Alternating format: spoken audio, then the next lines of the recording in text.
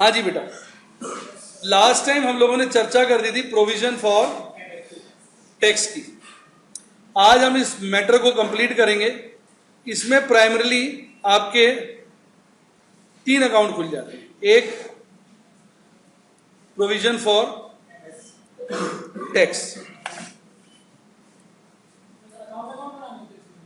Entry बोल दूंगा मुंह से, आपको लिखनी हो तो लिख लेना।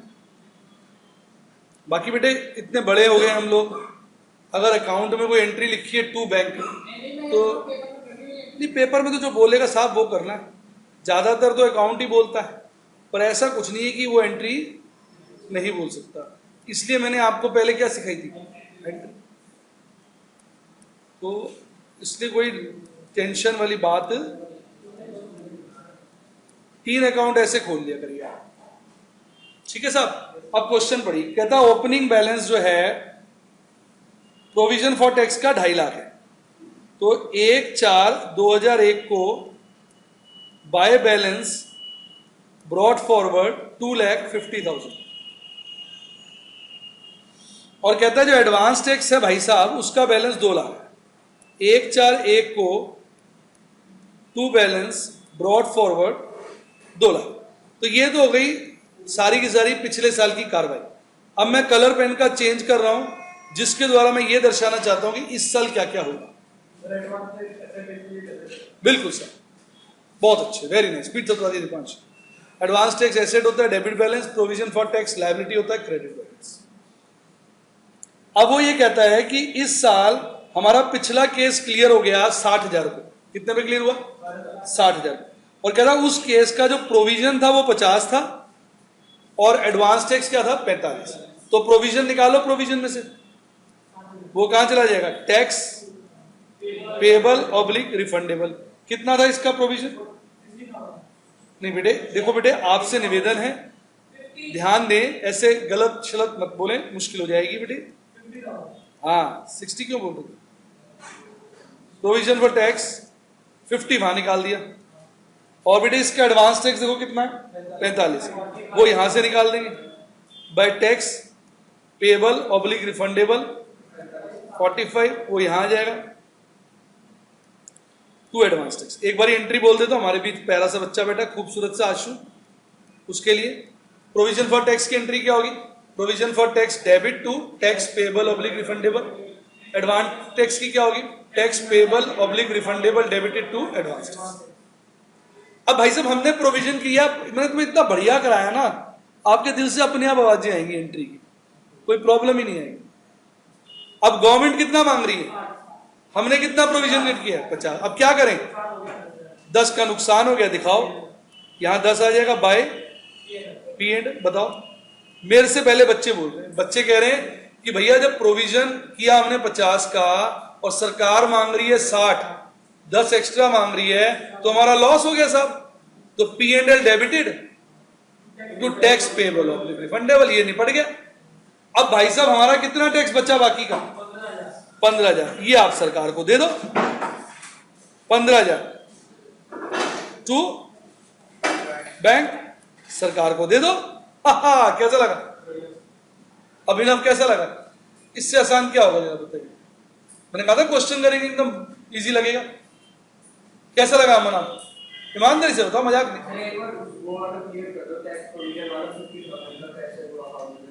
भाई। प्रोविजन 50 का क्रिएट किया था, तो प्रोविजन से हटाकर कहां भेजोगे? Tax payable oblique refundable. Provision का बैलेंस क्या होता है? क्रेडिट। अब प्रोविजन कैसे हटाओगे?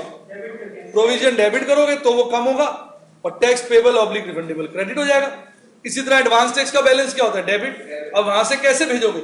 एडवांस टैक्स क्रेडिट करोगे, tax payable oblique refundable debit हो जाएगा। और देखो आमने सामने आ गया, आमने आगे भी 50 का हमने प्रोविजन किया है, 45 पे कर दिया। सरकार कह रही है 60 बनता है, तो 10 हमने और दिखाया और बचा हुआ 15 पे कर दिया। कॉमन सेंस है भाई साहब, 60 मांग रही है सरकार, मैंने दिया 45, मुझे 15 और देना है। तो देखो बैलेंस भी क्या आया है? 15 दिया और गेम खत्म। कैसा लगा? अब इस साल की 2 एंट्री रह गई, एक एडवांस टैक्स की इस साल का और एक प्रोविजन। एडवांस टैक्स की एंट्री क्या होगी? Advance tax to bank. Provision की क्या होगी? P and L to provision for tax. देखिए साइंस का बच्चा बैठा, इसको भी सारा क्लियर हो गया। आपको क्लियर है मन? देखिए पूरा क्लियर। अब देखिए इस साल की पोजीशन क्या है, 70,000 है और 47,000। तो एडवांस टैक्स में टू बैंक क्या लिख दोगे, जो पे किया 47, और प्रोविजन में बाय पी एंडल क्या लिख दोगे इस साल का 70,000।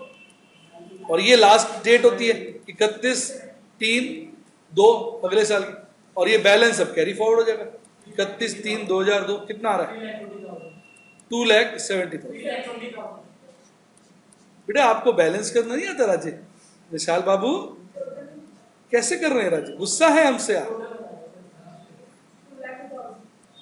बाय बैलेंस कैरिड फॉरवर्ड ये क्या हो जाएगा 2,02,000, और ये भी टू बैलेंस कैरिड फॉरवर्ड। अब ईमानदारी से बताओ इससे इजी कुछ हो सकता है? और ये आ जाता है 4 से 6 नंबर का सवाल, फुल मार्क्स है।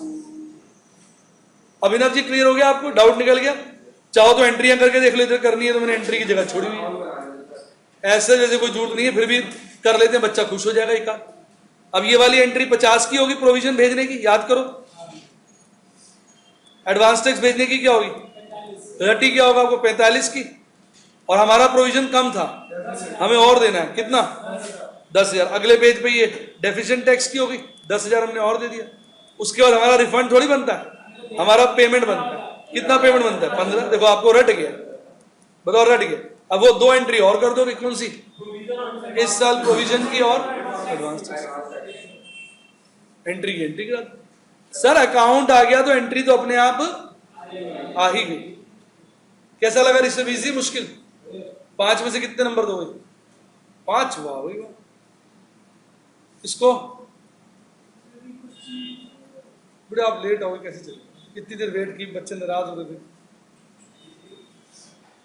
चलिए इसे कॉपी करिए, क्वेश्चन नंबर 3 कराते हैं। हाँ आप ट्राई करो, देखो कितना भाई साहब बच्चे में जज्बा देखो कितना है। सर हम खुद करेंगे, इसे कहते हैं कॉन्फिडेंस। Very nice. चलिए इसे कॉपी कर लीजिए, बाकी बच्चे ट्राई करें इसे। जीत का जज्बा होना चाहिए। जिन्होंने जो लेट आए हैं उनके लिए एक बार और करके दिखा रहा हूं, और अब की बार क्वेश्चन नंबर 4 आ रहा है, 3 आ रहा है अब की बार क्वेश्चन। पहले सॉरी 2 किया था, तो अब क्वेश्चन नंबर 3 आया।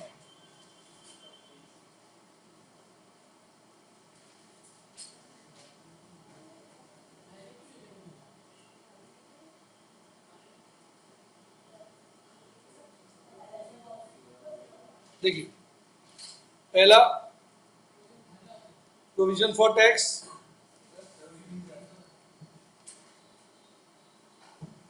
दूसरा एडवांस टैक्स, तीसरा टैक्स पेबल ऑब्लिक रिफंडेबल। कौन सा केस निपटाया जरा देखना क्वेश्चन में, कहता है 99/2000 वाला निपटाया। ठीक है राइट, हाँ बैलेंस 2 साल होगा ना, उसमें से एक निपटा है। अब मैं कलर चेंज कर रहा हूं, 1/4/2001 इधर देखिए, बाय बैलेंस 2 केस है, 99/2000, 2000/2001, 1 लाख, 1.5 लाख, टोटल बाहर आ गया 2.5 लाख।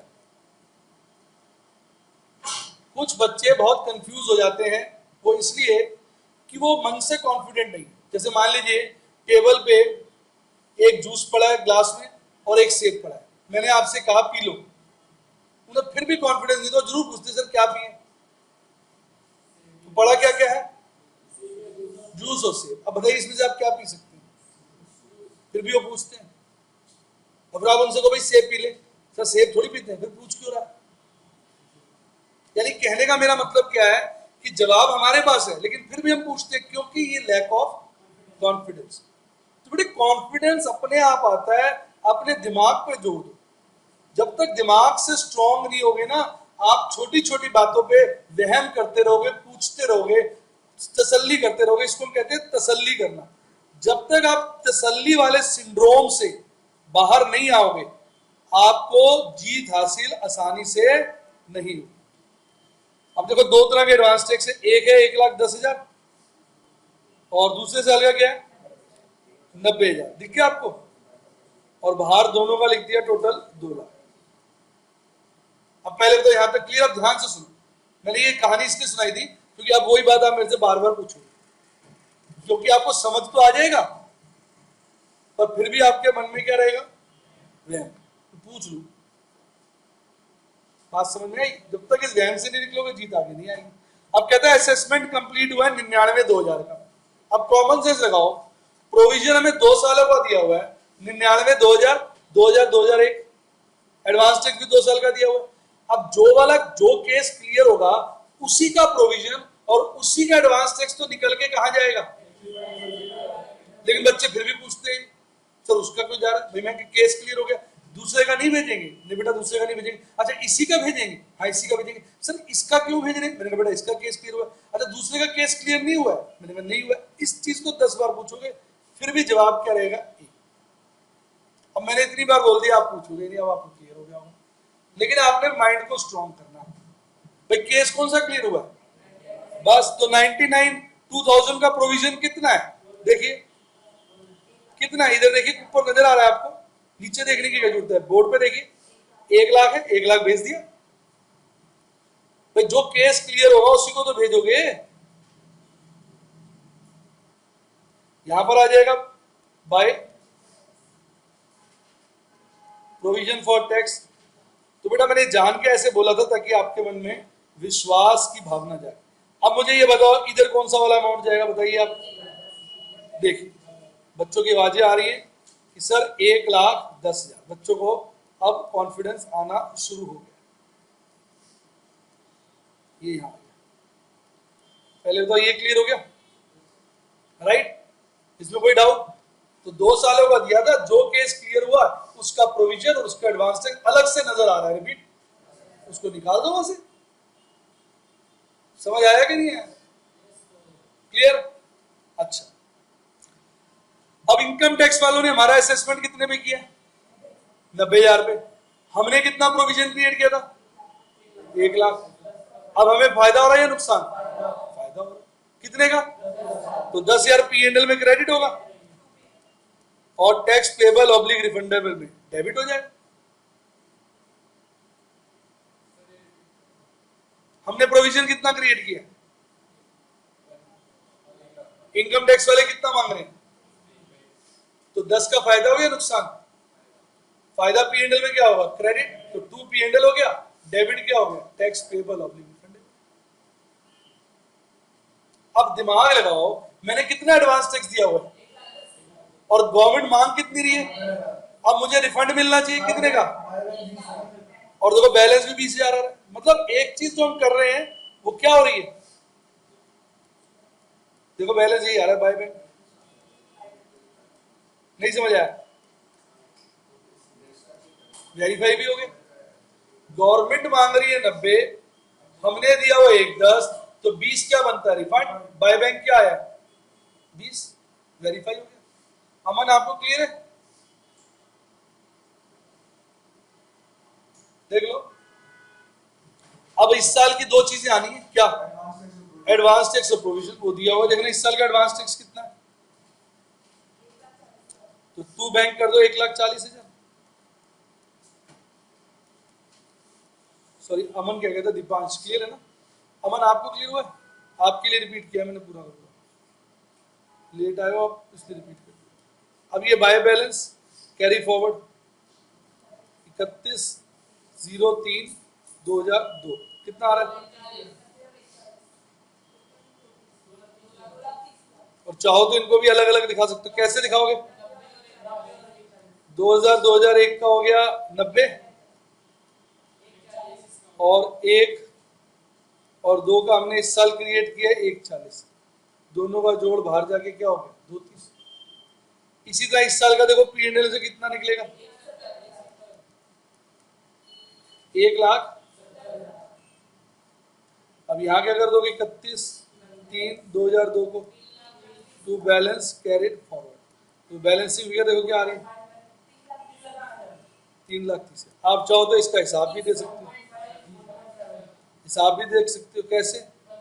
2001 का है 1.5 लाख, ऊपर बैलेंस में देखो, और इस साल का आपने कितना क्रिएट किया, 170, दोनों को जोड़ लो, 3,20,000।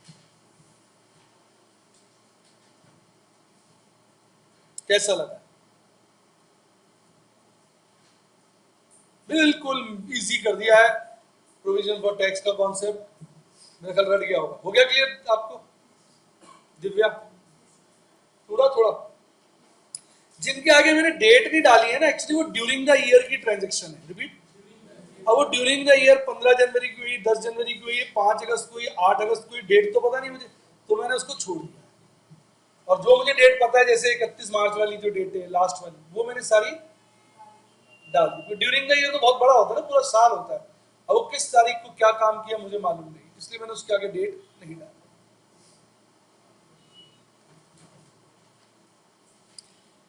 बढ़िया हो गया। और करने क्वेश्चन इसके? पक्का हो गया? बनने 3, आप चाहो तो 2 और बना लो, जस्ट दिखाने के लिए। कैसे? कि ये वाली फिगर P&L में जाएगी, P&L दिखा दो, उसमें माइनस कर दो। बैंक वाली तो जाएगी नहीं, बैंक अकाउंट तो बन जाता है। और ये जो क्लोजिंग बैलेंस है, ये बैलेंस शीट में लायबिलिटी साइड पे जाएगा, करंट लायबिलिटी का D part, short term provisions, और ये जाएगा अदर का, ये advance and loans and advances में, शॉर्ट टर्म के अंदर, करंट एसेट्स के अंदर। बस चाहो तो दिखा दो, तो पूरे क्वेश्चन में दिखाते हैं, इसमें तो दिखाने की जरूरत है। चाहिए अब आपका एक टेस्ट लेंगे। जो बच्चा ये टेस्ट का क्वेश्चन कर लेगा भाई साहब, वो परफेक्ट हो गया है, उसका दिमाग तेज हो गया है। और मैं इसको एक्सप्लेन नहीं करूंगा, मैं 2 क्वेश्चन एक्सप्लेन कर चुका हूं, अब मैं सिर्फ टेस्ट का आंसर दिखाऊंगा। बस एक चीज बता दो। हाँ पूछिए। सर हमें इसके अंदर 99 0 0 ऐसे करके दिखाना होगा। अगर अलग अलग साल की डिटेल दी है तो ऐसे दिखाओ, जैसे मैंने बोर्ड पे किया। अगर उसने कंबाइंड दिया, जैसे पहले क्वेश्चन में कराया था, तो कंबाइंड दिखाओ। जैसी बात, जैसा देश वैसा देश, जैसे वो डिटेल देगा वैसे हम बता देंगे। हमने कोई किसी क्वेश्चन से प्यार थोड़ी करना है, हमें तो सॉल्व करके नंबर लेने, उसमें इमोशनल थोड़ी होना भाई साहब इसको ऐसे करें वैसे करें। Ready for the test? Sure? चलिए अब आ रहा है क्वेश्चन, पर्दा उठ रहा है राज पर से, ये उतर गया। चलिए इस पे बच्चों के लिए चॉकलेट है, जो जीतेगा उसको मिलेगी। चलिए बच्चे ने आंसर दिया है, वहीं रुकिए, आराम से आगे बताइए, बच्चे देख रहे हैं। प्रोविजन फॉर टैक्स ठीक है इस बच्चे का, एडवांस टैक्स भी ठीक है, पर आपने बेटे थोड़ा प्रेजेंटेशन साफ करो। सारा आंसर ठीक है बच्चे का, वेरी गुड। चलिए जी, बड़ी खुशी है, लगभग सभी बच्चों का ठीक, लगभग क्या सभी का ठीक था, हल्की हल्की एरर थी कैलकुलेशन की, अदरवाइज सबका ठीक था। इधर देखिए, जिस साल का केस सेटल हुआ है, क्वेश्चन क्या कह रहा है, 31 गवर्नमेंट मांग रही है, हमने प्रोविजन किया 41, एडवांस 132 है। 140 यहां से निकाला प्रोविजन से, यहां भेज दिया, 132 एडवांस से निकाला, यहां भेज दिया। गवर्नमेंट कितना मांग रही है 31, हमने प्रोविजन कितना किया 140, तो 10 का क्या हो गया फायदा, 10 का फायदा P&L में भेज दिया, बचा हुआ बाय बैंक हो गया, वेरीफाई भी हो जाएगा। हमने एडवांस टैक्स कितना दिया हुआ है 132, गवर्नमेंट कितना मांग रही है 31, तो बाय बैंक क्या होना चाहिए 2000, बाय बैंक 2000। अगर ये 128 होता हमारा एडवांस तो 2 बैंक हो जाता, और 2 P&L भी होता और 2 बैंक बिल्कुल होता। तो फिर सर एक तरीके से P&L में जो हम 10,000 का हमारा फायदा दिखा रहे थे, तो फायदा कैसे? वो फायदा वैसे है क्योंकि हमने टैक्स दिया कम था ना भाई। अभी हमारे हिसाब से प्रोविजन क्या था 140, और देना दिया कि हमने 132, 128, तो 12 में देना था ना, तो 12 की जगह अगर 2 देंगे तो 10 का फायदा नहीं होगा। तूने अभिनव को 12,000 रुपए देने, अभिनव कह रहे चल 2,000 देके खत्म कर बात, तो तेरे को 10 का फायदा नहीं हो गया। आपको अपनी बात समझ में आ गई? आपको आगे भी अमन?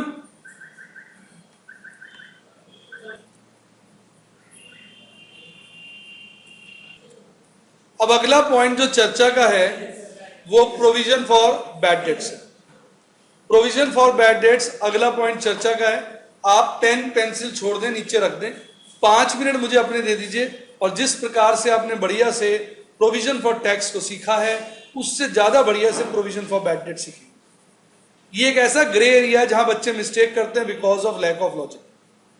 पहले समझिए, क्वेश्चन में बड़ा ट्रायल बैलेंस दिया होगा, उसमें क्या क्या हो सकता है। मैक्सिमम डेटर से रिलेटेड, बोलेंगे नहीं, डेटर से रिलेटेड 5 आइटम्स हो सकती है मैक्सिमम। 3 ट्रायल बैलेंस के अंदर 2 एडजस्टमेंट, मैक्सिमम 5 ही हो सकती है। एग्जामिनर पंखे से भी लटक जाए, 6ठी आइटम नहीं बना सकता। भले आप भी ट्राई करके देख लेना, आपसे भी 6ठी नहीं बनी। मैं कह रहा हूं प्रोविजन फॉर बैड डेट्स, आप नई आइटम की बात करें, discount. Provision for bad debt से रिलेटेड 5 ही आइटम हो सकती है, 3 ट्रायल बैलेंस में, 2 एडजस्टमेंट। अब ट्रायल बैलेंस में क्या क्या हो सकता है? 1 डेटर्स का क्लोजिंग बैलेंस, 2 वो बैड डेट्स जो हम ऑलरेडी राइट ऑफ कर चुके हैं। क्योंकि जब कोई चीज ट्रायल बैलेंस में आ जाती है इसका मतलब उसकी जर्नल एंट्री हो चुकी है। पहला डेटर्स का बैलेंस, जैसे कि इस क्वेश्चन में आप देखें 4 लाख रुपए। ये चीज क्वेश्चन से समझ में आती है, ऐसे हवा में तीर करते रहे कोई फायदा नहीं। ये पूरा ट्रायल बैलेंस नहीं है, सिर्फ ट्रायल बैलेंस का एक हिस्सा, इसको हम बोलते हैं रेलेवेंट ट्रायल बैलेंस। डेटर्स दिया होगा डेबिट बैलेंस 4 लाख और बैड डेट्स दिए होंगे 20,000। इसका मतलब ये कि ये जो 20,000 के बैड डेट्स ट्रायल बैलेंस में दिए हैं ये ऑलरेडी डेटर्स में से लेस हो चुके हैं। भाई तभी तो ट्रायल बैलेंस में है, इसकी एंट्री हो चुकी है। एंट्री क्या हुई होगी? Bad debts debit to debtors. अगर ये हमने 20,000 ट्रायल बैलेंस में नहीं लिखे होते तो डेटर्स हमारे 4,20,000। ये छोटी छोटी बातें हैं, मैंने देखा है जो बच्चे ध्यान नहीं देते हैं, मैं कोशिश करता हूं उन्हें समझना। और प्रोविजन फॉर बैड डेट है 65,000। एक्चुअली ये लास्ट ईयर प्रोविजन क्रिएट किया होगा, ये वो। अब इस साल नीचे वो 2 बातें बता सकता है, एक और कितने बैड डेट्स हो गए जो ट्रायल बैलेंस में नहीं दिखाए उसके अलावा, और कितना हमने प्रोविजन क्रिएट करना है।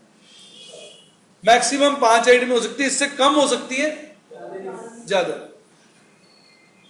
नीचे कह रहा है कि भी 15 के और बैड डेट हो गए जिसका भी हमने कोई अकाउंटिंग नहीं किया, और कह रहा है कि और हमें लग रहा है कि 10% बैड और हो सकते हैं।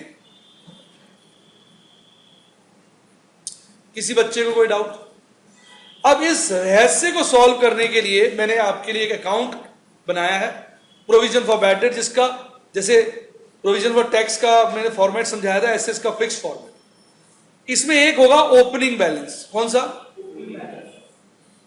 पहले आप ट्रायल बैलेंस वाले जो 3 चीजें हैं वो लिख लीजिए। ट्रायल बैलेंस में ओपनिंग बैलेंस कितना है? देखिए एक बारी, 65। ये 65 होगा। और डेटर्स कितने हैं ट्रायल बैलेंस में? 4 लाख। 4 लाख यहां। कोई डाउट? अब वो कह रहा है कि ऑलरेडी 20 बैड हो चुके हैं, तो अब बैड डेट्स को आप प्रोविजन के अगेंस्ट सेट ऑफ कर देंगे। क्योंकि आपने कितना प्रोविजन किया था लास्ट ईयर? 65। 20 बैड डेट हो गए, बैड डेट्स डेबिट हुआ पड़ा है ट्रायल बैलेंस में, अब उसे क्रेडिट करोगे, provision for bad debt debit कर दोगे, तो यहां पर 20,000 आ जाएगा। ये तो 20,000 ट्रायल बैलेंस में मेरे दोस्तों, मेरे फ्रेंड्स, मेरे बच्चों, इसकी एक एंट्री तो हो चुकी थी, बैड डेट्स टू डेटर्स। दूसरी हमने कर दी क्या? Provision for bad debts debit to bad debts. साफ नजर आ रहा है। अब जो 15,000 और बैड डेट हुए जो नीचे हैं, इनकी कोई एंट्री नहीं, इनकी हमें एंट्री करनी पड़ेगी। दिमाग लगाइए, पहली एंट्री क्या होगी? वेरी नाइस, बहुत खुशी हुई है मुझे। Bad debts to debtors. जब ये आप एंट्री करोगे तो डेटर्स हमारे बैलेंस शीट में कम हो जाएंगे 15,000। कितने रह जाएंगे? 3,75,000। वो बैलेंस शीट में ट्रेड रिसीवेबल्स का नोट बनता है ना, ये मैं आपको नोट दिखा रहा हूं। ट्रेड रिसीवेबल्स का नोट बनता है ना, नोट के अंदर डेटर्स 3,85 हो जाएंगे। बेटे आप बताइए 3,85 क्यों हो जाएंगे? और हमने क्रिएट किया, अभी तो एंट्री बोली हमने, बैड डेट्स टू डेटर्स। अब ये बैड डेट्स भी आपने सेट ऑफ करने हैं। आप बताइए किसके अगेंस्ट? देखिए बच्चा ऋषभ बता रहा है प्रोविजन के अगेंस्ट। क्या एंट्री होगी? सब बच्चों को आती है। Provision for bad debts, debit to bad debts. मजा आ गया? अब हमें लग रहा है 10% हमारे डेटर्स और बैड हो सकते हैं। ये खूबसूरत सा बच्चा बताएगा अभिनव हमारे डेटर्स अब हैं कितने? हमें लग रहा है 10% बैड हो सकते हैं, तो वो अमाउंट क्या होगा? 38,500। तो वो ये हमारा क्लोजिंग बैलेंस हो गया जो हम मेंटेन करना चाहते हैं। और ये हम इसमें से माइनस कर देंगे, किसमें से? इसका टोटल क्या आ जाएगा?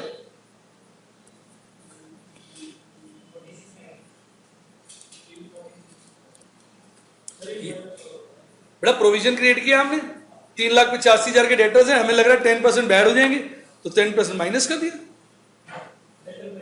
तो बेटा डेटर्स में से माइनस करोगे, डेटर्स का प्रोविजन बेटा एसेट में से, प्लांट एंड मशीनरी में से थोड़ी माइनस होगा। भाई 385 के डेटर्स हैं, उसमें से आपको लग रहा है 38,500 के खराब हो जाएंगे, तो बेटे डेटर्स कितने के रह जाएंगे आप बताइए? सिंपल सी बात है, इसमें वही वहम आ रहा है।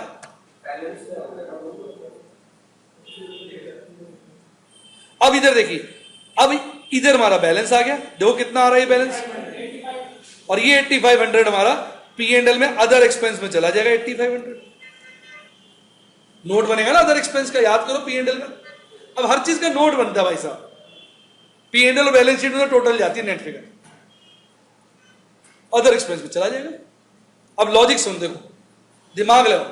देखो 65,000 का लास्ट टाइम मैंने प्रोविजन क्रिएट किया था, जिसमें से 20 और 15 35 बैड हो गए, यानी 65 मैंने क्रिएट किया था भाई साहब, 35 बैड हो गए, तो मेरा प्रोविजन कितना बचा? 30,000। अब मुझे लग रहा है यार 38,500 के तो और बैड हो जाएंगे, जबकि प्रोविजन बचा कितना है? 30। तो इसका मतलब 8,500 का ज्यादा लॉस होगा। तो 8,500 P&L में डेबिट हो गया, प्रोविजन में क्रेडिट हो गया। लॉजिक भी समझ में आ गया। एक बार फिर देखो, हमने लास्ट टाइम मैडम कितना प्रोविजन क्रिएट किया था, उसमें से एक्चुअल में बैड कितने हुए? कितने हुए? 35। तो मेरा प्रोविजन कितना बच गया? अब बताओ, यहां 30,000 रुपए पड़े हैं, मुझे चाहिए 38,500, तो मैं डालूं या निकालूं? कितना डालूं? 8,500 का मैंने प्रोविजन और क्रिएट कर दिया, प्रोविजन क्रेडिट हो गया और P&L डेबिट हो गया। भाई साहब और प्रोविजन क्रिएट करूंगा, नुकसान होगा। अब बताओ आनंद आया कि नहीं आया? बेटे आप बताओ ईमानदारी से, आनंद आया कि नहीं आया? अब इसको रिवर्स समझो जरा एक मिनट, समझ रहे हो ना? भी तो समझो, हमारा ओपनिंग प्रोविजन कितना था, एक्चुअल बैड डेट कितने हुए? 35। तो बचे कितने? मान लो, मैं एग्जांपल के लिए कह रहा हूं, मान लो ये जो क्लोजिंग प्रोविजन 38,500 की जगह 20,000 होता, तो 10,000 का क्या हो जाता है? इनकम। भाई यहां पड़े 30, मुझे चाहिए 20, तो 10 निकालूंगा, इनकम हो जाएगी। तो 10 यहां क्या करता? प्रोविजन में डेबिट, और P&L में अदर इनकम में चली जाती। बच्चे खुद ही बोले जा रहे, बच्चे कहते हैं बड़ा डिफिकल्ट पॉइंट है साहब, बड़ा डिफिकल्ट है सर, इसको अच्छे से करा देना। अब मैंने तो अपनी तरफ से पहले से बहुत अच्छे से कराया, अब बताओ समझ आया कि नहीं आया? लॉजिक समझ में आ गया प्रोविजन अकाउंट का? जबकि आपने 12th में भी पढ़ा होगा, 11th में भी पढ़ा होगा, लेकिन ये इस तरह से लॉजिक नहीं समझा होगा, इस तरह से लॉजिक नहीं समझा होगा आपने जैसे आज समझा। फिर से देखो एक बारी, लॉजिक इसका ये भाई साहब, पिछले साल हमने 65 प्रोविजन क्रिएट किया था, जिसमें से बैड कितने हो गए? बच कितने गए? और अब हमें कितना प्रोविजन चाहिए? कितना शॉर्ट है?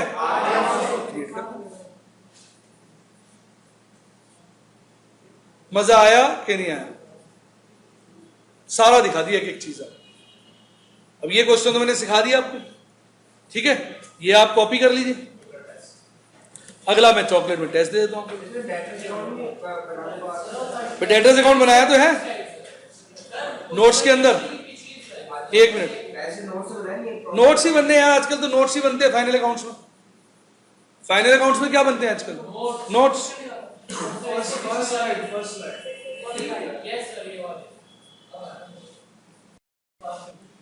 अब ये क्वेश्चन आ गया आपके सामने, इस पे चॉकलेट्स हैं जो बच्चा करके लाएगा। प्रॉपर बनाइएगा, provision for bad debt account भी और दोनों नोट्स। बढ़िया क्वेश्चन।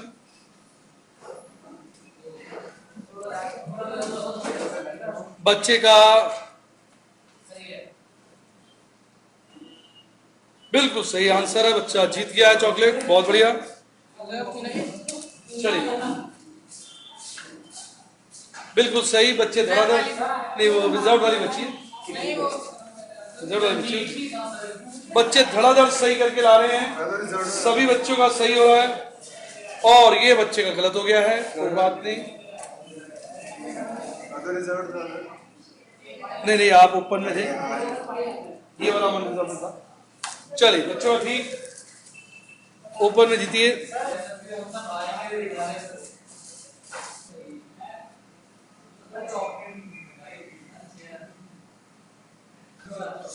अब बेटे एक बढ़िया क्वेश्चन है, इस पे कोई चॉकलेट नहीं है, सर एक सेकंड पीछे इसमें अब प्रोविजन फॉर बैड डेट भी है, प्रोविजन फॉर डिस्काउंट भी है, दोनों बनाने, same theory, same father same mother, एक का नाम प्रोविजन फॉर बैड डेट है, एक का नाम प्रोविजन फॉर डिस्काउंट। मेरी बात पहले सुनिए, इसमें आप जो डेटर्स का अमाउंट है ना, उस पर पहले provision for bad debt create कर लेना और फिर प्रोविजन फॉर डिस्काउंट। आंसर चाहे कैसे भी कर लो, नेट आंसर दोनों का क्या आता है, सेम। हमारा मैच हो जाए, इसलिए मैं चाहता हूं पहले आप ट्राई करो, जब तक मैं उसकी सेटिंग करता हूं। प्रोविजन फॉर बैड डेट और प्रोविजन फॉर डिस्काउंट दोनों बनाने हैं। आइए इस क्वेश्चन को मैं सॉल्व करूंगा आपके लिए, आप अपना आंसर मैच करिएगा। इसमें दो अकाउंट बनेंगे, provision for bad debt account, provision for discount account. ध्यान से देखिए, दोनों का फॉर्मेट सेम है, बस डिस्काउंट वाले में डिस्काउंट लिख देते हैं, बैड डेट वाले में बैड डेट। डिस्काउंट और बैड डेट में फर्क क्या है, कुछ भी नहीं। डिस्काउंट वो होता है जो हम देते हैं और बैड डेट वो होता है जो वो ले लेता है। भाई अगर हम खुद पैसे छोड़ देते हैं तो उसको डिस्काउंट कहते हैं, और अगर वो हमारे पैसे मार लेता है तो बैड डेट कहते हैं। प्रैक्टिकली दोनों में फर्क क्या है, कुछ भी नहीं। आइए देखिए, सबसे पहले डेटर्स का बैलेंस 8 लाख है और प्रोविजन का बैलेंस बैड डेट का 10 और डिस्काउंट का 85।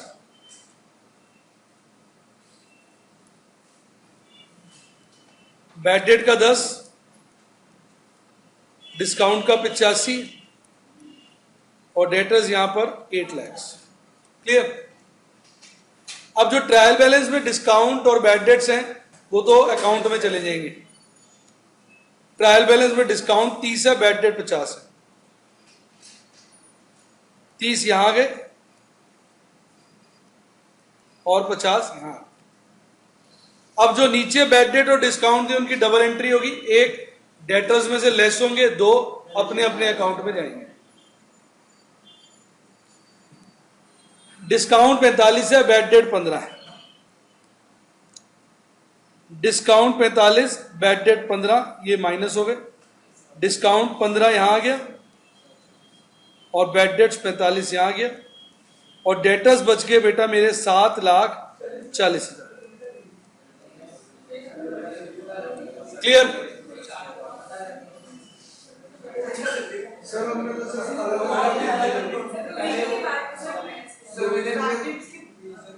पहले तो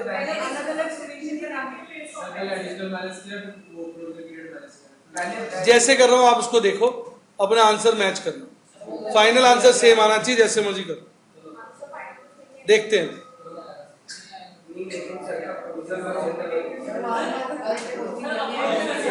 बेटे अभी आप सीख रहे हो और सीखने में अपने कानून छांटने लगते हो।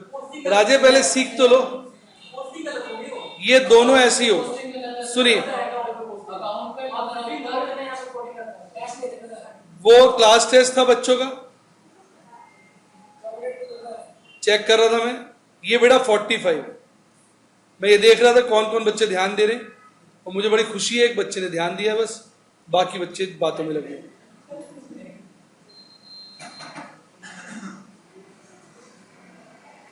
क्लियर।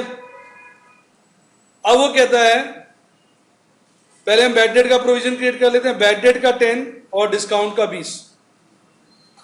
अब 7,40,000 के हमारे डेटर्स हैं, बैड डेट का प्रोविजन 10% यानी 74,000, ये 74,000 यहां आ गया और आप देखिए हमें नुकसान हो गया भारी। कितना हो रहा है?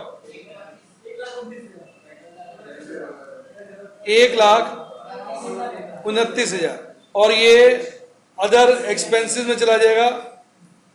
Provision for bad debt 1,29,000। Clear? अब इसकी नेट फिगर रह गई 6,66,000। फिगर देखिए 666,000। ऐसी गजब की फिगर बहुत रेयर आती। अब प्रोविजन फॉर जो डिस्काउंट है वो 20% है। ये 10 था, ये 20 है। देखिए कितना आएगा, 1,33,200। ये 1,33,200 यहां चला जाएगा। इसमें भी नुकसान आ रहा है। 1,23,200 का ये यहां आ जाएगा। Other expense 1,23,200। Provision for discount और बैलेंस शीट में डेटर्स आएंगे 5,32,800। किस किस बच्चे का ठीक था? Very very. कोई डाउट? सर अगर ऐसे करो जैसे डेप्ट से 1 लाख है उसमें से बैड डेट से लेस करके 50 फिर बचे 7,85,000 उसका प्रोविजन गलत है। पहले जो एक्चुअल बैड डेट है, एक्चुअल डिस्काउंट माइनस करने के बाद ही तो प्रोविजन क्रिएट करोगे। डिस्काउंट को हटा के फिर उस पर प्रोविजन लगता है। भाई जो एक्चुअल चीजें होगी उसका इफेक्ट तो पहले दिखाना ही पड़ेगा ना। जो एक्चुअल हैपनिंग हो गई है बेटा उसको तो माइनस करोगे ही ना। जिस अमाउंट को डिस्काउंट ही दे दिया उसको लेस क्यों नहीं करेंगे बेटा? आपने देखा बिल्कुल सेम तरीका। और मुझे बड़ी खुशी है कई सारे बच्चों का ठीक था। आपका दिव्या गलत था। गलती समझ आ गई आपको? दीपांश आपका समझ आ गई मिस्टेक? ऋषभ क्लियर है? अमन चलिए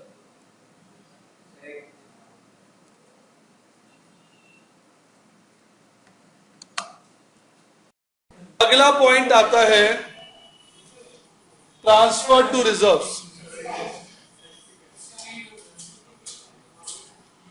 बेटा बातें नहीं, ध्यान दे इधर।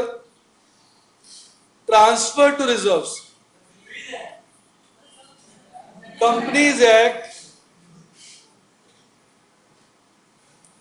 कंपनीज एक्ट ये चाहता है कि ऐसा नहीं होना चाहिए कि हमने जो कमाया वह सारा का सारा प्रॉफिट के रूप में बांट दिया।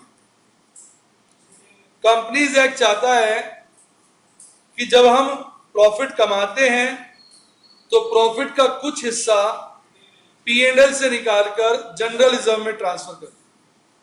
इसको हम ये भी कहते हैं flowing back of profits, retained earnings, revenue reserve, GR को। पर्पस ये होता है भाई जैसे हमने लाख रुपया कमाया, 20,000 ट्रांसफर कर दिया, 80 बांट दिया, तो 20,000 बिजनेस में री इन्वेस्ट हो गया, उससे हमारी फ्यूचर अर्निंग्स बेटर हो जाएंगी। नंबर 1। नंबर 2, कल को लॉस हो जाए तो वो 20,000 कुशन का काम करेगा, लॉस बियर करने की हमको क्षमता प्रोवाइड करेगा। तो वैसे तो हमारे कंपनीज एक्ट में बड़े थोड़ा थोड़ा अमाउंट का ट्रांसफर करने, बहुत रीजनेबल सा, तो नॉर्मली लोग ज्यादा ही करते हैं। अगर आप डिविडेंड 10% तक देते हैं तो कुछ भी ट्रांसफर करने की जरूरत नहीं है। अगर डिविडेंड की मात्रा 10 या उससे ज्यादा है, 10 से ज्यादा है पर 12.5 या उससे कम है तो नेट प्रॉफिट का 2.5% GR में ट्रांसफर करना है। इसी प्रकार अगर डिविडेंड की मात्रा 12.5% से ज्यादा है पर 15 या उससे कम है तो 5% नेट प्रॉफिट का ट्रांसफर करना है। 15 से ज्यादा है पर 20 या उससे कम है 7.5% ट्रांसफर करना है।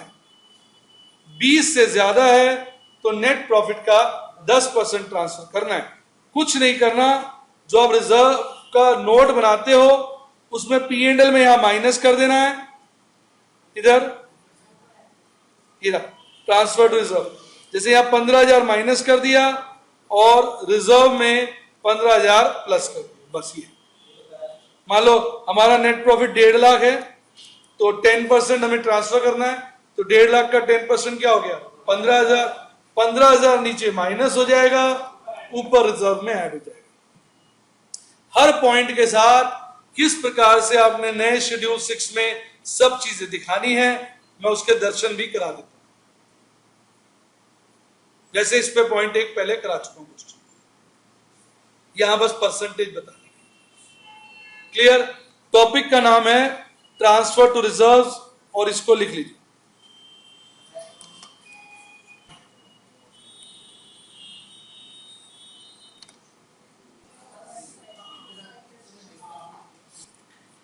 अब बेटे बात करेंगे बोनस की।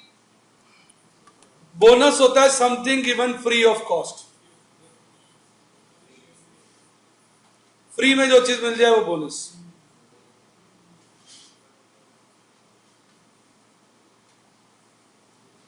आशु ने नितिन के एक चांटा लगा दिया, नितिश ठीकने शुरू कर देगा, बोनस हो गया, बोनस हो गया, बोनस हो गया। नितिश बोनस, बोनस जो आपको फ्री में मिलता है। कंपनियां क्या करती हैं, ध्यान दीजिए, जल से जल की पूजा करती है। एक बच्चा मेरे से बोला, सर कंपनी बोनस क्यों देती है? मैंने कहा भाई कंपनी फ्री के शेयर दे दे तो उसको हम बोनस कहते हैं। बच्चा लोटपोट, कंपनी बोनस क्यों देती है? मैंने कहा बेटा कंपनी जल से ही जल की पूजा करती है। बच्चा बोला सर इसका क्या मतलब होता है? मैंने कहा भाई जब आप बोनस दे रहे हो तो कुछ भी नहीं कर रहे, आप जल से जल की पूजा कर रहे हो, तो इसलिए बढ़िया कंपनियां बहुत बोनस देती है। कहते सर मुझे मतलब ही समझ में नहीं आ रहा। मैं देखो, जैसे आपने सोचा कि भाई इस बार मेरे 80% मार्क्स आ जाएं, मैं जो है प्रभु को 1100 रुपये का प्रसाद चढ़ाऊंगा। 1100, दिल आपका विशाल है, विशाल की तरह, और प्रभु की कृपा से आपके 85 मार्क्स क्या 95 आ गए, सारे रिकॉर्ड तोड़ दिया आपने। पॉइंट को समझिए। अब आप सोचोगे भाई 1100 का प्रसाद चढ़ो, घर से निकल के 1100 रुपये जेब में डाल के, रास्ते में सोच रहे इतना प्रसाद कौन खाएगा? अब भगवान तो खाते हैं नहीं, तो चलाना ही होता है। भगवान भी समझते हमने ही खाना है, तो 1100 ज्यादा हो जाएंगे, एकदम कट करके आप 100 रुपये पे आ गए। फिर मंदिर की तरफ चल पड़े, 1000 रुपये ऊपर वाली जेब से निकाले, नीचे वाली में डाल दिए, भाई 100 का ही प्रसाद। जैसे जैसे मंदिर नजदीक आ रहा है विचार फिर बदल रहा है, 100 भी ज्यादा नहीं हो जाएगा? मम्मी तो डाइटिंग पे, वो कह रही वजन बढ़ गया, पापा को खाने नहीं देती प्रसाद की, आपका भी वजन बढ़ रहा, और मैं कितना खाऊंगा? 11 रुपये ठीक है। मंदिर नजदीक आता जा रहा है, विचार करवटे ले रहे हैं, यार आज तो मंगलवार भी नहीं, बाहर कोई बैठा भी नहीं, किसको चढ़ाऊंगा, किसको खिलाऊंगा प्रसाद? और मम्मी को वाकई यार मीठे को लेके बहुत स्ट्रिक्ट है, मुझे और कहेंगे तू खा ले, हम तो अपना वजन कंट्रोल में लगे हैं, तो ध्यान नहीं दे रहा। 11 रुपये का भी क्या करना है? वो प्रसाद जी मंदिर में पंडित जी थोड़ा सा दे तो रही है, वो ले लूंगा, कुछ खुद खा लूंगा, कुछ मम्मी पापा को दे दूंगा। तो यानी जब आपके जेब से पैसे लग रहे हैं तो आपकी इच्छाएं क्या होती जा रही? कम होती जा रही। अब एक और सिचुएशन को देखिए आप, कि आप हरिद्वार गए पूजा के लिए।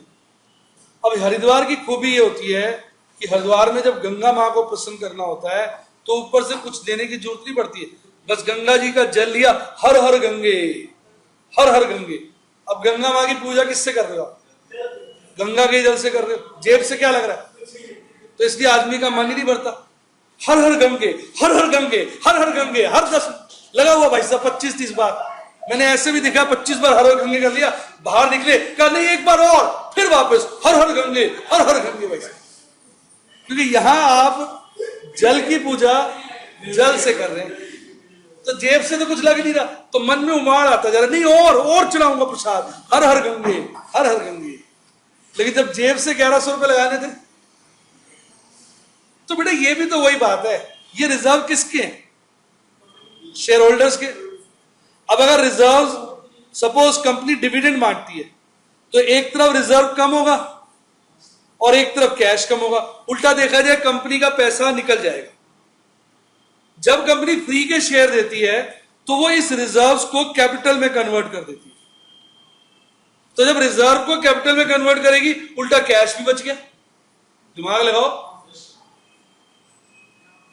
तो इसमें तो कुछ लगना ही नहीं, जल से जल की पूजा करनी है, रिजर्व को कैपिटल बना देना, फर्क क्या पड़ता है? कुछ नहीं। अब एक बच्चा मेरे पास आया, बोला सर फर्क क्यों नहीं पड़ता, आप हमें बुद्धू बना रहे हो। मैंने बेटा बुद्धू नहीं बना। नहीं सर देखो, मैं क्या बताओ कैसे बुद्धू बने आप। कहता सर पहले मान लो 10 लाख कैपिटल थी, 20 लाख रिजर्व था। अब कंपनी ने क्या किया, आप जैसे कह रहे हो कि 10 लाख का बोनस बना दिया, तो नई कैपिटल कितनी हो गई? 20 लाख, रिजर्व हो गए 10 लाख। मैंने कहा हाँ, इससे क्या कोई नुकसान नहीं हुआ। कहता सर फर्क क्यों नहीं पड़ा, पहले कंपनी 10 लाख पे डिविडेंड देती थी, अब 20 लाख पे देगी। मेरा बेटा बात तो सही है, लेकिन एक बात बताऊं आपको, पहले मान लो कंपनी 10 लाख पे 10% डिविडेंड देती थी ना, जब वो बोनस 20 लाख कर देती है ना, उठा के बोनस पे 5% कर देती है। या यूं समझो, अगर वो बोनस उसको नहीं देना होता तो वो 10% पिछले साल दिया था, इस बार उसने सोचा था कि मैं 12% दूंगी, 2% ज्यादा। तो जब वो बोनस इशू कर देती है ना, फिर वो 12 नहीं देती, 6 कर देती है। यानी डिविडेंड की पॉलिसी भी वही रहती है। तो इसलिए बोनस देने से कुछ नहीं होता। अगर आपका शेयर बाजार में 100 रुपए का है ना, अगर एक के बदले एक बोनस शेयर मिल गया आपको, तो आपके शेयर का रेट 100 से घटकर 50 हो जाएगा। ये बस सोच की बात है। इसलिए बोनस देखने में तो कंपनी को कोई दिक्कत नहीं है, क्योंकि जल से ही जल की पूजा करनी, जेब से तो कुछ लगना ही। आगे बोनस की महिमा समझ में आप लोग? बोनस क्या, बोलिए सर। कोई नुकसान नहीं होता। क्या नुकसान है? आपके पास, ध्यान से सुनिए, 100 गज का प्लॉट है, आपने उसको बीच में एक दीवार खड़ी कर दी, मेरे 2-2 प्लॉट, मेरे 2-2 प्लॉट, वो भी तो 50-50 गज के गए। नहीं, मेरी बात समझ में। बोनस को इसलिए हम, हमारे देश में तो नहीं, विदेशों में कटिंग ऑफ शेयर्स बोलते हैं, वहां बोनस नहीं बोलते, वहां बोलते हैं कटिंग ऑफ शेयर्स। वो कहते हैं भैया एक शेयर के काट के 2 टुकड़े कर दिए, इससे क्या फर्क पड़ता। ये तो हमारे देश में यार ये कंपनी बड़ी अच्छी बोनस देती है। अबे बोनस देने से क्या होने वाला? कुछ भी नहीं होने वाला। बोनस तो जल से जल की पूजा करने समान है, मन की खुशी हो रही है, हो कुछ नहीं रहा। आनंद आ गया आप लोग? बेटे आपसे निवेदन है, मोबाइल छोड़ दीजिए, मोबाइल आपको बर्बाद और तबाह कर देगी। या आपने छोटा सा दुश्मन अपने साथ रखा। इधर देखिए, अब बेटे बोनस जो है वो 2 तरीके के होते हैं। कितने तरीके के? 2। एक, bonus to make, bonus of fully paid shares. Fully paid में क्या होता है, जैसे कंपनी ने कहा भाई 5 के पीछे 1 बोनस शेयर मिलेगा फ्री, तो जिसके पास बेटे 5 शेयर है उसको 1 मिल जाएगा, जिसके पास 500 है उसको 100 मिल जाएंगे, जिसके पास 5000 है उसको 1000 मिल जाएंगे। हर 5 के बदले 1, मतलब जितने भी शेयर आपके पास है उसका 1/5 एक्स्ट्रा हो जाएगा। ये होता है bonus of fully paid shares. दूसरा बोनस होता है bonus to make partly paid shares fully paid. इसमें क्या होता है,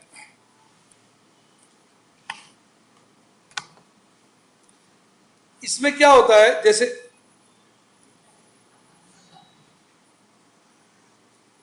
इसमें क्या होता है, जैसे ये बैलेंस शीट है, यहां पर आपके 10,000 इक्विटी शेयर्स ऑफ ₹10, ₹8 पेड है,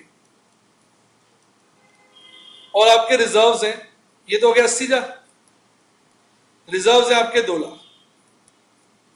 अब 2 रुपए के हिसाब से कंपनी आपसे कितने की कॉल मांग सकती है? 20,000 की। अगर कंपनी 20,000 की कॉल आपसे मांगेगी तो एक तरफ तो कैपिटल बढ़ जाएगी और दूसरी तरफ कैश बढ़ जाएगा। हाँ कि ना? कंपनी कई बार क्या करती है, अच्छे खासे रिजर्व है, वो बोनस दे देती है। वो क्या करती है, इसमें से 20,000 रुपया यहां ट्रांसफर कर देती है, तो ये वाली रकम क्या हो जाएगी? 1 लाख। ये वाली रकम क्या हो जाएगी? 1,80,000। तो आपको 2 रुपए देने नहीं पड़े, पर फिर भी आपके 2 रुपए आ गए। तो इसलिए इसको क्या बोलते हैं? To make partly paid equity shares fully paid. आ गया दोनों का डिफरेंस समझ? पहले भी तो फ्री शेयर मिल गए ना। मान लो दूसरी बैलेंस शीट देखो, इसमें 10,000 इक्विटी शेयर है फुल्ली पेड, कितने के हो गए? 1 लाख के, और रिजर्व है 4 लाख के। कंपनी ने कहा भाई एक के पीछे एक बोनस, क्या कहा? तो 1 लाख यहां से ट्रांसफर हो जाएगा, ये 2 लाख हो जाएगा, ये 3 लाख। अब 10,000 शेयर्स की जगह कितने शेयर हो जाएंगे? 20,000 equity shares. Fully paid shares में नंबर ऑफ शेयर्स बढ़ जाते हैं पहले वाले केस में, और पार्टली को जब फुल्ली पेड कराओगे तो उनकी सिर्फ पेड अप वैल्यू बढ़ती है, शेयर क्या रहेंगे? सी। कोई डाउट? सेकंड आप किसको कहते हो? Partly paid to fully paid वाला। बेटा उसमें 10,000 के शेयर थे, 10 रुपए वाले 8 पेड 80,000 के थे। कंपनी आपसे कॉल मांगती 2 रुपए की, आपको 20,000 देने पड़ते। कंपनी ने कहा भाई वो बोनस हो गया, देने की जरूरत नहीं है, वो आ गए। रिजर्व भी आप ही का है, उसमें से निकाल। जैसे आपने मुझे फीस दे दी है और आपके कुछ पैसे मेरे पास पड़े हुए पहले से, मैं बड़ा फीस मत दो, उसमें से एडजस्ट कर दूंगा, उसमें से काट लिया। सर आपने कहा कि शेयर होल्डर्स को कोई बेनिफिट नहीं देगा, तो ये दोनों का बेनिफिट बेनिफिट कैसे? रिजर्व किसके थे? अब तेरे 20,000 रुपए मेरे पास पड़े हैं, अब मैंने वो लौटाने थे, तेरे से 10,000 फीस नहीं थी, मेरा फीस मत दे, उसमें से एडजस्ट कर दूंगा। तुम कह रहे हो मुझे तो बेनिफिट हो गया, सर ने फीस ही नहीं ली। अरे फीस कैसे नहीं? वो 20 में से 10 एडजस्ट कर लिया, अब तुम्हें लौटाऊंगा कितने? 10। अब ये जो 2 लाख रुपया रिजर्व पड़ा है, ये आप डिविडेंड के रूप में यूज नहीं कर सकते थे। अगर आप डिविडेंड देते तो शेयर होल्डर्स को क्या मिल जाता? कैश। अब वो आप डिविडेंड कम दे पाओगे, बात तो सेम हो गई। मेरी बात समझो ना। आपके पिताजी हैं, ध्यान से सुनो, आपके पिताजी हैं, आप इकलौते बच्चे हो, तो सारी चीजें उनकी आप ही की है। सपोज क्या है ही आप ही की, सब कुछ आप ही को मिलेगा ना। अब उन्होंने भाई साहब क्या करा, बैंक से 2 लाख रुपए निकाले और भाई साहब सोना ले लिया। आप सड़क पे लेट गए, हाँ पापा वेस्ट कर रहे हो पैसे। वो वेस्ट हुए? क्यों वेस्ट नहीं हुए?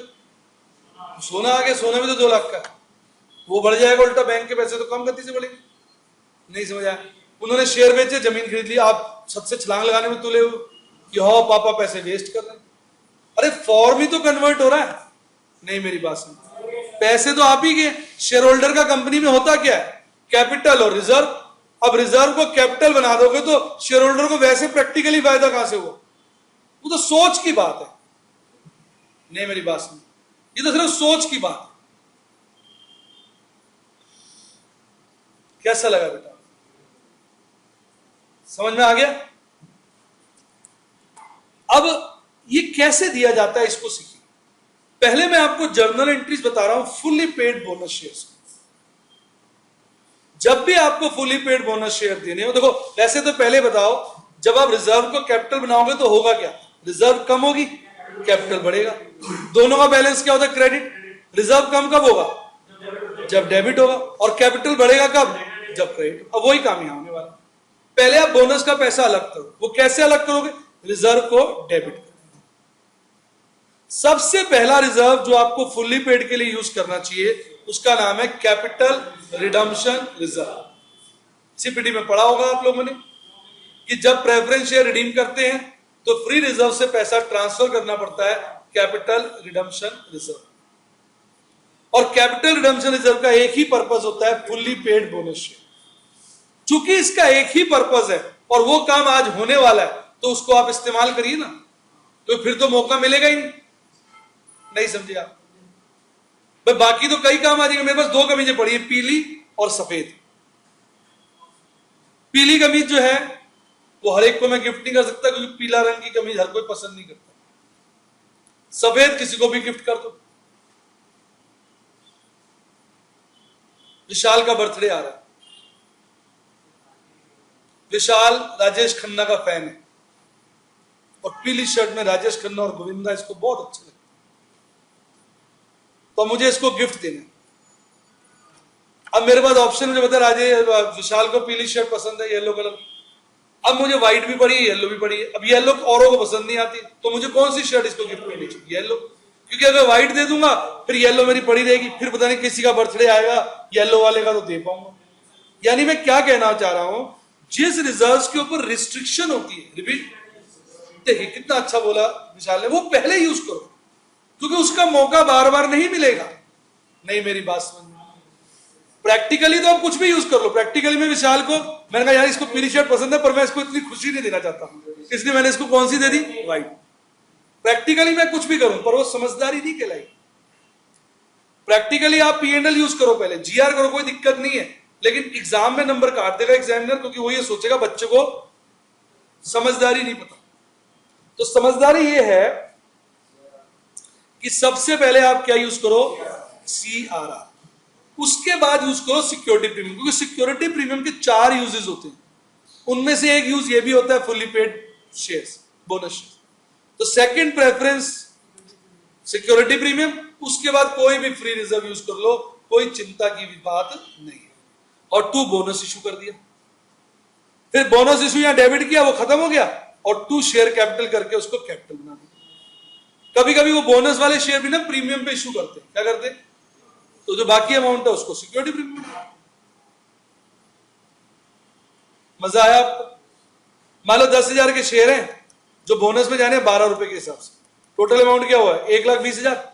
CRR में समझो 20,000 पड़े, सिक्योरिटी प्रीमियम में 70 पड़े, वहां से ले लो, बाकी कितने रह गए, 30 P&L से ले लो, हो गया बोनस इशू आपका 1,20 का। नहीं समझ आया? अब बोनस इशू डेबिट करो 1,20, कैपिटल में क्या जाएगा 1,00,000, और 2 रुपए के हिसाब से कहां चला जाएगा, सिक्योरिटी प्रीमियम। कैसा लगा, आनंद आया? एक बात ध्यान से सुने, नोट, ये जो फ्री के बोनस शेयर होते हैं ना, ये हम तभी दे सकते हैं जब एग्जिस्टिंग शेयर्स फुल्ली पेड, उनका कोई कॉल्स अनकॉल्ड अमाउंट ना हो। अब सपोज अनकॉल्ड अमाउंट है, तो अब 2 रास्ते हैं, एक या तो उनसे कॉल मंगा लो, फुल्ली पेड हो जाए, फिर बोनस दे दो, या उनको 2 बोनस दे दो।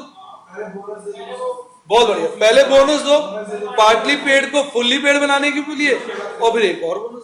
तो ये मैंने इस बात की चर्चा नोट में की है। मजा आ गया? फुल्ली पेड शेयर्स में किसी भी बच्चे को जरा सा डाउट है तो बताइए।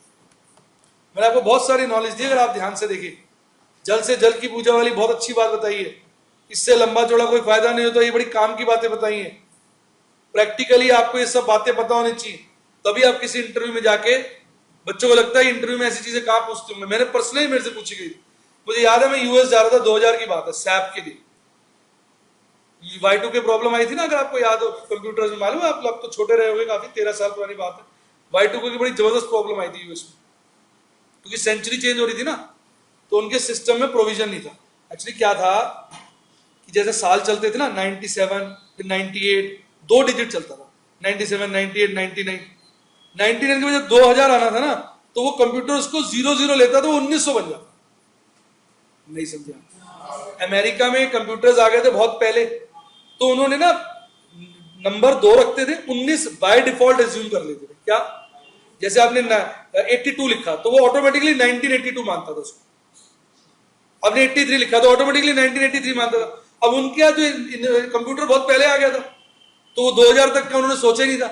अब वो जैसे मान लो, मेरे को एग्जैक्ट तो मुझे भी ईयर्स याद नहीं, मान लो उन्होंने कंप्यूटराइजेशन 1966 से कर दिया था, तो उन्होंने 19 बाय डिफॉल्ट एज्यूम कर लिया, तो 66, 67, 68 चल रहा था।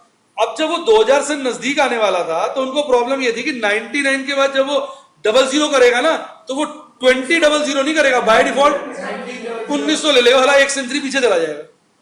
अब अमेरिका में तो कंप्यूटर्स बहुत ज्यादा बिके हुए थे, और हमारी तरफ पायरेसी वाला भी काम इतना नहीं था, तो सारे कंप्यूटर्स में इसको Y2K प्रॉब्लम के नाम से प्रसिद्ध हो गया था। सब लोग सिस्टम में जो सॉफ्टवेयर जा जाके उसको चेंजेस करा, तो उन दिनों सैप पहले, उससे पहले बहुत चलता था, उन दिनों सैप पिट गया।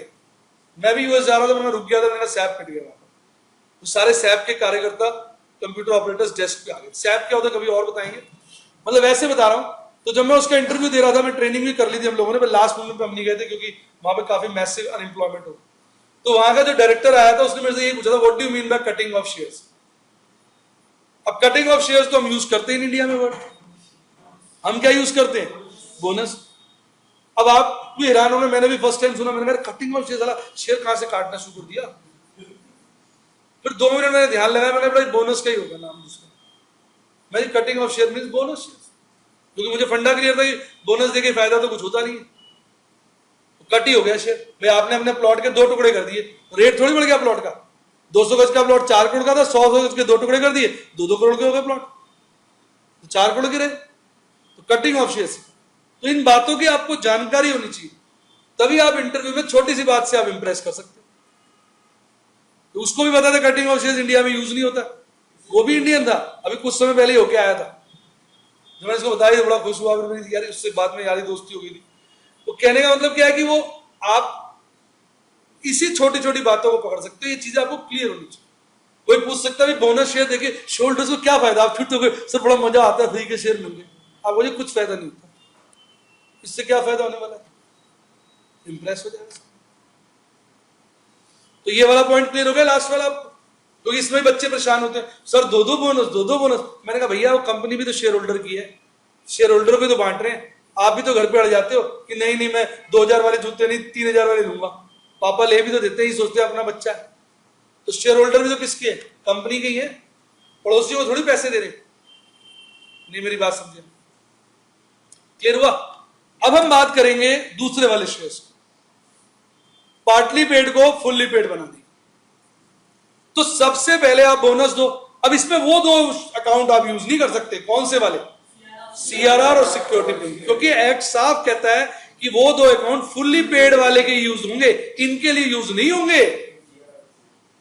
ये आप फ्री रिजर्व्स में से दोगे, किसमें से दोगे, जो डिविडेंड देने के लिए उपलब्ध है। तो रिजर्व आपने डेबिट किए, बोनस क्रेडिट कर दिया। अब आप कॉल ड्यू करोगे, तो share final call to share capital. 12th में आपने सीखा था, जब कॉल के पैसे मिलते, सीपीटी में भी सीखा था, bank to share final call हो जाती है, और आप bank to share final call नहीं करेंगे, क्यों, वो बोनस से एडजस्ट हो जाएगा। तो आप क्या करेंगे, बोनस टू फाइनल कॉल। अब इन 3 एंट्रीज को कंबाइन करके देखो, यहां बोनस क्रेडिट हुआ, यहां बोनस डेबिट हुआ, कट गया, यहां शेयर फाइनल कॉल डेबिट हुई, यहां क्रेडिट हुई, कट गया। नोट करो हो क्या रहा है, रिजर्व कम हो रहा है, कैपिटल बढ़ रहा है। यहां भी क्या हो रहा है, नोट करो, ये बोनस कट गया, रिजर्व कम हुआ, कैपिटल बढ़। इसलिए कैपिटल, इस प्रक्रिया को कई लोग कैपिटलाइजेशन ऑफ प्रॉफिट भी कहते हैं। क्या कहते हैं, अभी एक इंटरव्यू में आपसे पूछ सकता है कोई, what do you mean by capitalization of profit, आप उस टेबल के नीचे घुस जाएंगे, भाई साहब पता नहीं क्या चीज। वर्ड पे ध्यान दीजिए, capitalization of profit, Hindi translate, profit को कैपिटलाइज करना, मतलब कैपिटल बनाना, यानी बोनस। छूटते बोलो sir this is nothing but issuing bonus to shareholders. मजा आ गया आपको। अब एक क्वेश्चन करेंगे इस पे, आपको और आनंद आएगा। पहले आप ये सब चीजें लिखें।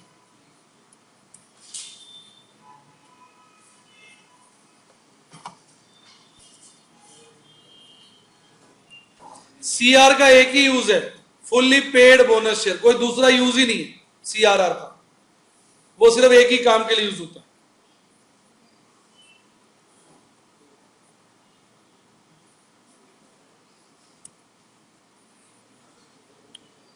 Partly paid to fully paid में 3 एंट्री होंगी, और फ्री फुल्ली पेड शेयर में 2 एंट्री होगी।